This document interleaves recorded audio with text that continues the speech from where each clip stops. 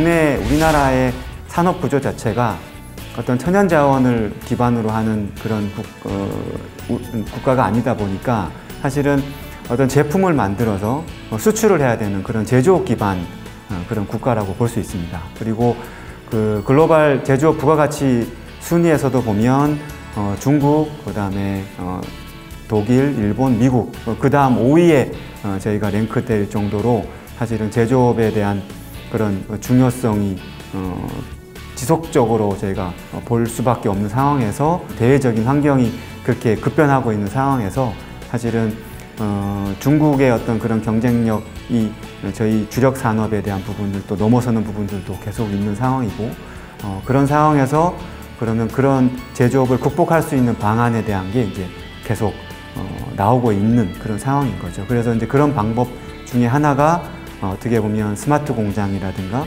어떤 디지털 트랜스포메이션이라는 이러한 용어로 새롭게 지금 부각되고 있는 그런 상황이라고 볼 수 있습니다.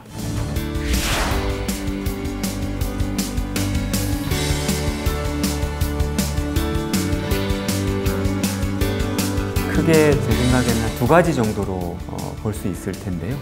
첫 번째는 중소기업에서 이제 제품을 만드는 측면에서 보면 생산성을 올릴 수 있는 그런 방안들이 필요할 것 같습니다.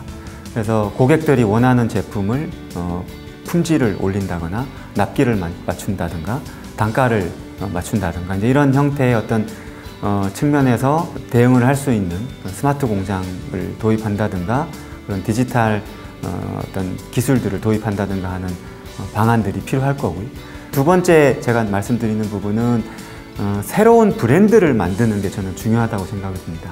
사실은 해외 진출을 하기 위해서는 어떤 글로벌 브랜드를 확보하는 게 중요한데 이런 글로벌 브랜드를 확보한다는 거는 기존의 생산성을 올리는 측면하고는 또 다른 측면에서 봐야 할 것 같고요. 그래서 예를 들면 새로운 제품을 만들기 위한 어떤 노력들 그리고 R&D에 대한 부분들 그리고 새로운 비즈니스 모델을 만드는 그런 부분들이 필요할 겁니다. 그리고 기존의 어떤 그 제조기업에서 하는 그런 비즈니스에 새로운 어떤 ICT 기술들이 융합된 그런 새로운 형태의 어떤 서비스 모델 그런 어떤 새로운 방안들이 도입이 돼야지만 경쟁력을 확보할 수 있는 방안이라고 생각을 하고 있습니다.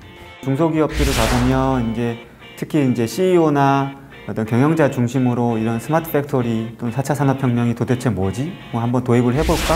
뭐 이런 기업들이 상당히 많이 있습니다. 근데 이게 워낙 눈에 보이지 않는 부분들, 실체를 알 수 없는 부분들이 어떻게 보면 좀 많이 있기 때문에 이제 그런 부분들은 이제 정부의 역할 또는 뭐 저희 출연연의 역할, 대학의 역할 뭐 이런 부분들이 분명히 있을 거고요.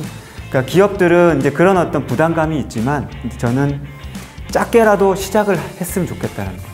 그래서 이게 스마트 팩토리라 하면 범위가 상당히 넓기 때문에 그런 엄청나게 범위가 넓은 부분을 한 번에 추진하거나 할 수 있는 부분이 아니기 때문에 실제적인 어떤 작은 부분부터 시작을 하고 이제 그런 부분들을 저는 이제 개인적으로 그런 퍼즐이라는 좀 표현을 쓰는데 그런 하나하나의 퍼즐이 만들어져서 실제 전체적인 그 기업의 어떤 전략과 어떤 비즈니스 모델과 이제 융합이 된다면 장기적으로 볼 때는 충분히 경쟁력 있는 중소기업이 되지 않을까 이렇게 생각을 하고 있습니다.